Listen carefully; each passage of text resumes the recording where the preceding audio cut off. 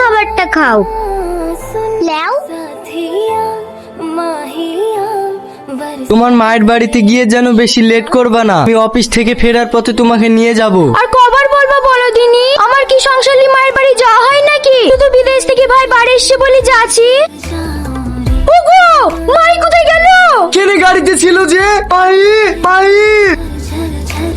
ওগো, ওই দেখো বুড়ি। মাহি, এখানে কি করছো? আমি কিন্তু খেতে চাইনি। ভয় নেই, খেয়ে নাও। আব্বু, ছেলেটা নোংরা খাবার খাচ্ছিল বলে আমার খাবারটা নিয়ে এসে দিচ্ছি। খুব ভালো করেছো মা। আমাদের মেয়ে অনেক বড় হয়ে গেছে, তাই না?